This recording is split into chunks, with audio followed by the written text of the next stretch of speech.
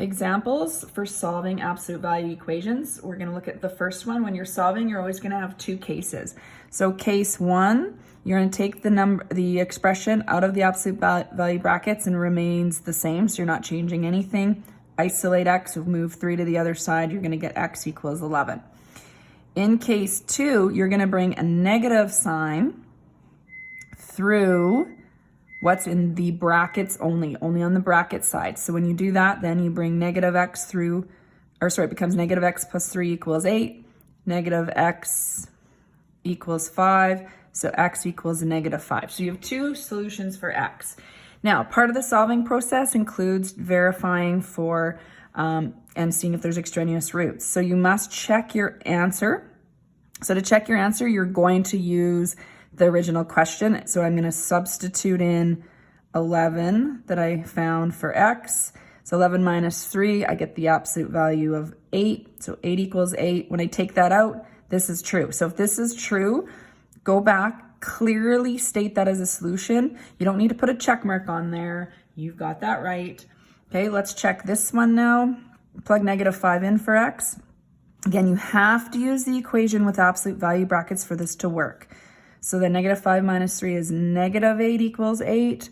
And so when we take that out, 8 equals 8. So this is true. So that means x equals negative 5 is also a solution. So you have two solutions here.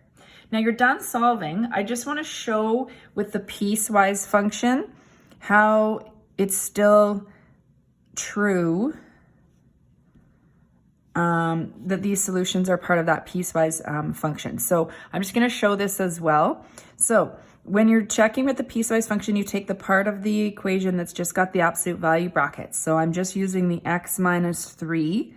So I'm going to write the piecewise function for it. So you would normally graph x minus 3, and that would be which part of the graph. So I'm going to visualize, if I graphed x minus 3, I would have an x-intercept of 3. So if this was y equals x minus 3 and I wanted to know my x-intercept, I'd let y equals 3, move that over, I'd have an x-intercept of 3. So I don't need to draw a perfect graph. I just want to visualize if it's linear, it's now going to be a V shape. So x minus 3 would have had a y-intercept of negative 3 down here, positive slope. So this is the right-hand side of the graph. So that happens if x is greater than or equal to 3. It would be negative x plus 3 when we bring a negative sign through, and that would be the left-hand side of the graph. In other words, the part with the negative slope that would pass through the positive y-intercept. So that would be when x is less than 3.